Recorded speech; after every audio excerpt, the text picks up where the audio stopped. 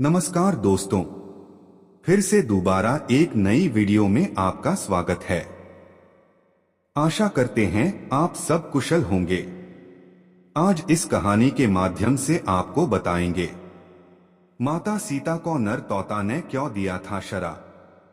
तो चलिए कहानी शुरू करते हैं। रामायण में कई ऐसे किस्सों के बारे में बताया गया है जिसे बहुत कम लोग ही जानते हैं। हिंदू धर्म में भगवान श्री राम के लाखों भक्त हैं। ऐसे में घर घर में रामायण का श्रवण करने मात्र से ही जीवन के दुखों और कष्टों से छुटकारा मिलता है। शास्त्रों के अनुसार ऐसा माना जाता है कि भगवान श्री राम के सुमिरन करने से ही व्यक्ति के सभी दुख दर्द दूर हो जाते हैं। ऐसे में आज हम माता सीता के श्राप से जुड़े एक किस्से के बारे में जानेंगे, जिसमें एक तोते ने उन्हें वियोग होने का श्राप दिया था, जिसके चलते उन्हें श्री राम से अलग होने का कष्ट सहना पड़ा था। साथ ही हम जानेंगे माता सीता का जन्म कैसे हुआ था और उनका नाम माता सीता कैसे पड़ा। तोते ने माता सीता को क्यों दिया था श्राप। अश्विन मास में इन नियमों का पालन करने से प्रसन्न होंगे सारे देवी देवता। जाने शुरू होने की तारीख। पहले तोड़ा अहंकार, फिर बनाया पाताल का राजा। पढ़े श्रीहरि के वामन अवतार की रोचक कथा। क्यों इतनी खास मानी गई है भाद्रपद पूर्णिमा। तारीख और स्नानदान मुहूर्त भी जान लें। पूरे एक महीने तक क्यों मनाया जाता है पितृपक्ष। इन 4 कामों से मिल सकता है आपके पूर्वजों को मोक्ष। पौराणिक मान्यता के अनुसार एक बार सीता माता ने अपने पास नरमादा तोता रखे थे। उनमें से एक मादा तोता किसी वजह से मर गया। मादा तोते को मरा देख नर तोता बहुत क्रोधित हुआ और दुखित होते हुए माता सीता को श्राप दे डाला।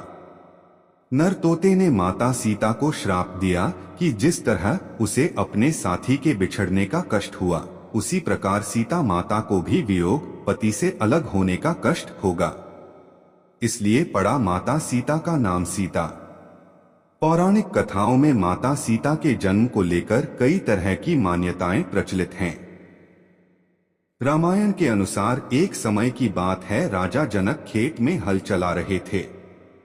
उस समय उनकी नजर एक कन्या पर पड़ी, जिसके बाद उन्होंने उस कन्या को घर महल में लगाकर उनका पालन पोषण किया। कहा जाता है कि राजा जनक को हल चलाते समय उस कन्या की प्राप्ति हुई थी और हल के आगे के हिस्से को सीता कहा जाता है। इसलिए उस कन्या का नाम भी सीता रखा गया। वहीं दूसरी कथा में ऐसा माना जाता है कि सीता जी मंदोदरी और रावण की पुत्री की कहते हैं कि सीता जी वेदवती नाम की महिला का दूसरा जन्म थी। ऐसा कहा जाता है कि रावण के प्रकोप से बचने के लिए वेदवती ने आत्मदाह कर लिया था।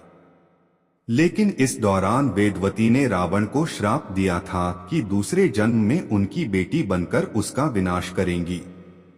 मंदोदरी ने दिया था सीता को जन्म।